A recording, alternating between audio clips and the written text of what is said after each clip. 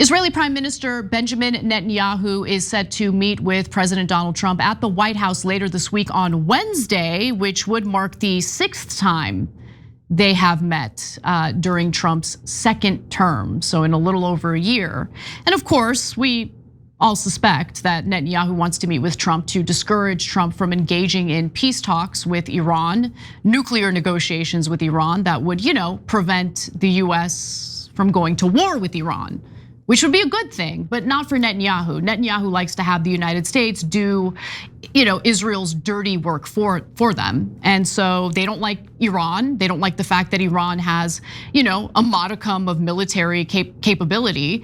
And as a result of that, Israel isn't completely unchained, can't do everything it wants to do. There is a little bit of backlash or pushback from Iranian proxies like the Houthis and Hezbollah. And so Israel wants to do away with Iran's military capability entirely. Iran will not co-sign onto that.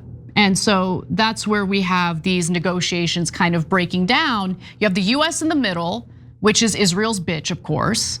And then you have Iran, which is like, yo, okay, we're willing to play ball when it comes to nuclear weapons, but not when it comes to missiles.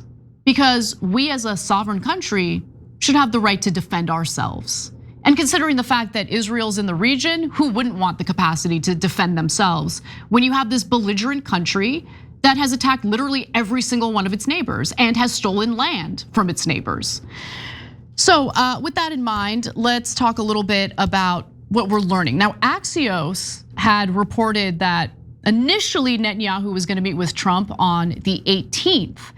But after Steve Witkoff and Jared Kushner met with Iranian, negotiators just recently this past weekend, Netanyahu was like, can we move that date up, please? Can we move that date up? So they moved the date up. Now Bibi's gonna meet with Trump on Wednesday. Now the meetings, which involved Jared Kushner and Steve Witkoff, did not reach a conclusion, unfortunately. But the fact that the meeting even happened is a very good sign, because prior to the meeting, Iran made it very clear, we are not open to negotiating about our missile program. Okay, that's not something we're gonna talk about.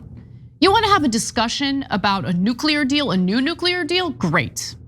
So there was a lot of concern that the talks wouldn't even happen, right? That Witkoff and Kushner would say, oh, no, we have to carry out what Israel wants. They have demands, we must carry out those demands. And if you're not gonna do away with your missile program, then no, we're not interested. But no, they actually did meet with the Iranian negotiators. Now, Netanyahu's office has said any negotiations with Iran, quote, must include limitations on ballistic missiles and a halting of the support for the Iranian axis.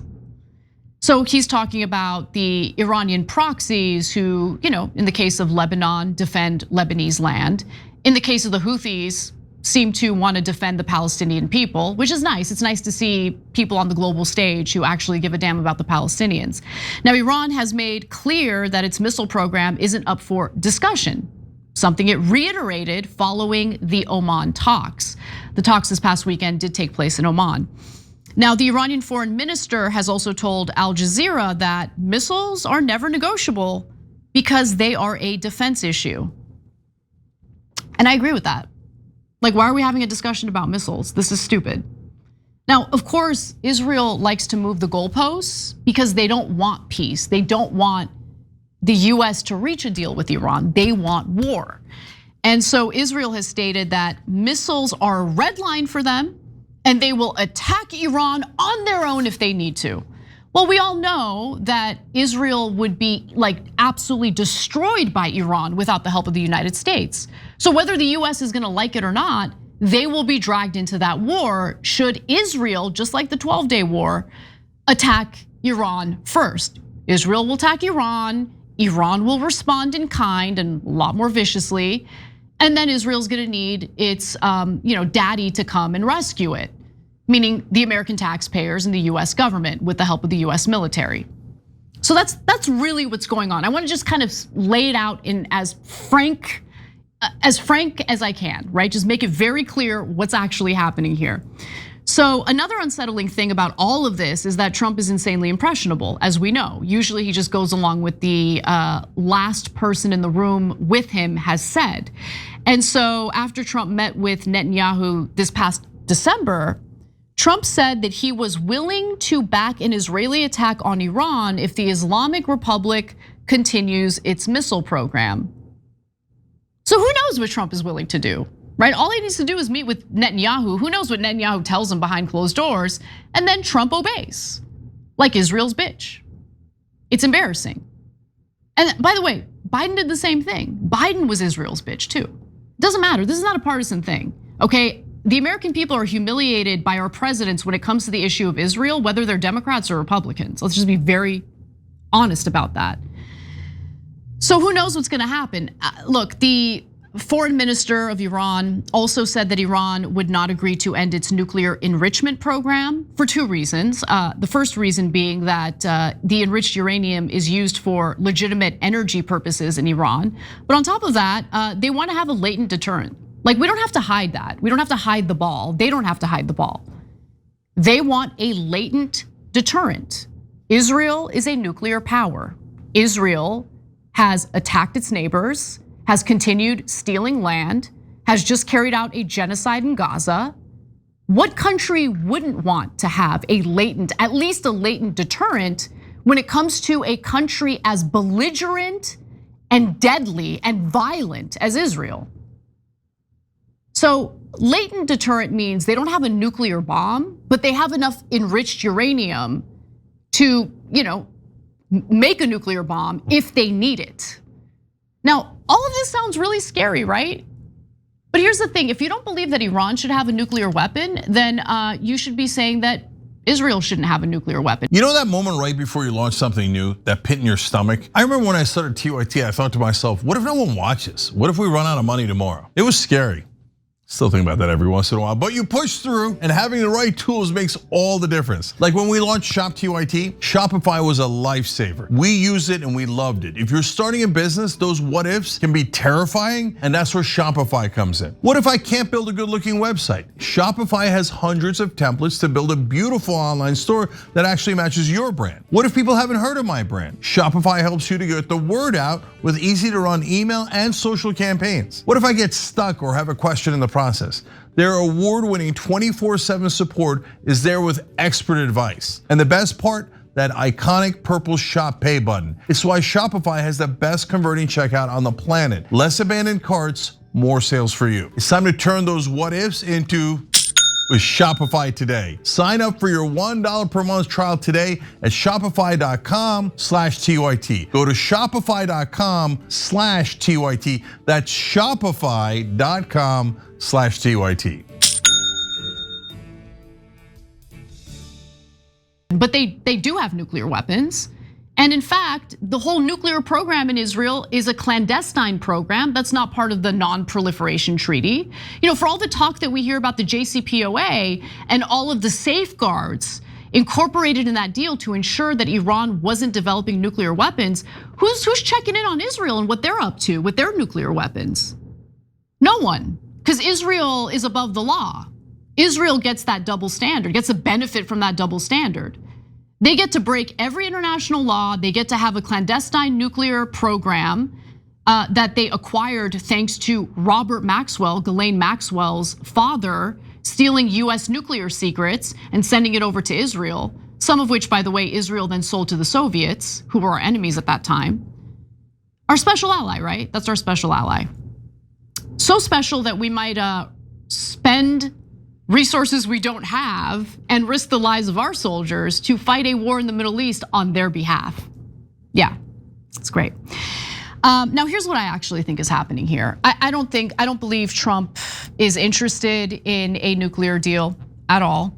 I think what's really happening here is these nuclear talks and negotiations are all fake, it's all theater, and it's all meant to buy time. Now the Iranians might be doing this to buy time, but I do think that when you look at the whole of the Trump administration's foreign policy, I think it's pretty easy to understand that we're not militarily ready to go to war with Iran. We're not. Now think about it. For years now, we've been shipping weapons over to Ukraine. We've been shipping weapons over to Israel for their genocide, right? So our weapons inventory is depleted to some extent. We have a massive military buildup in the Caribbean still.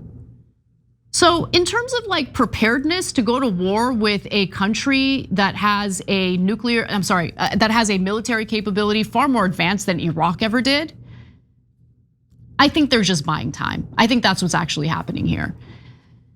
Because Israel gets what it wants. So in my mind, we're already there. We're already at war with Iran. And it's a disaster for the American people. It really is. We're already $38 trillion in debt. Part of the reason why we are in so much debt is because of the trillions of dollars we've spent on fighting foreign wars, Middle Eastern wars on Israel's behalf, and we're gonna get dragged into doing it again. Plus, we're also learning now that Iran has obtained, this is amazing, it really is, unexploded US bombs from the 12-day war. Remember when the US bombed Iran's nuclear sites? Well, the foreign minister is now confirming that the ordinances at sites like Fordow, Natanz, and Isfahan struck by US B-2 bombers and Tomahawk missiles during the June 2025 12-day war poses risks that could delay IAEA inspections. Now that's why he mentioned it, but in mentioning this, he's basically confirming, yeah, we have unexploded bombs. And so there are people who are concerned that Iran could reverse engineer these weapons and have even more advanced military capability, more advanced weaponry. But experts are dismissing the idea due to Iran's delivery limitations, meaning what's necessary or needed to deliver said bombs or launch said bombs. Who knows what's true when it comes to that? I mean, Iranians are, there's a reason why you have scientists assassinated in Iran by the Israelis over and over again. I'm pretty sure they can figure it out. But there are costs to striking Iran, there are costs to a hot war with Iran. And it doesn't really seem like anyone is sitting down and thinking about that carefully, strategically.